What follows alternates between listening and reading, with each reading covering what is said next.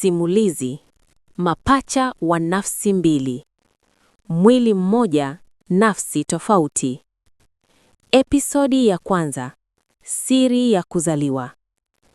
Miaka 20 iliyopita, mama mmoja aitwaye Rehema alijifungua mapacha wawili wa kike usiku wa radi kali.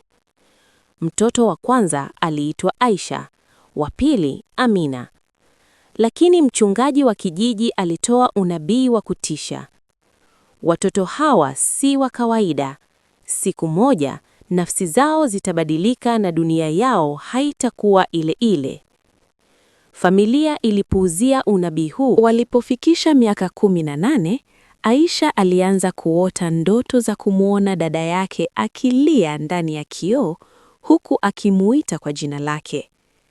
Amina naye alianza kusikia sauti kichwani mwake kila usiku. Walidhani ni stress tu.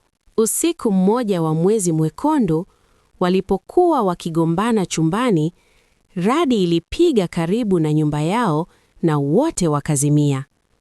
Walipoamka, Aisha alijikuta kwenye mwili wa Amina na Amina akawa ndani ya mwili wa Aisha. Walipojaribu kuwaambia wazazi wao ukweli, kila mtu aliwacheka. Ni wao tu wanaojua kilichotokea. Walianza kuigiza maisha ya kila mmoja kwa siri. Aisha akiwa ndani ya mwili wa Amina, aligundua kuwa dada yake alikuwa kwenye uhusiano wa siri na mwanaume tajiri aitwaye Adrian. Lakini Adrian alimpenda Amina kwa dhati. Sasa Aisha akaanza kumpenda Adrian.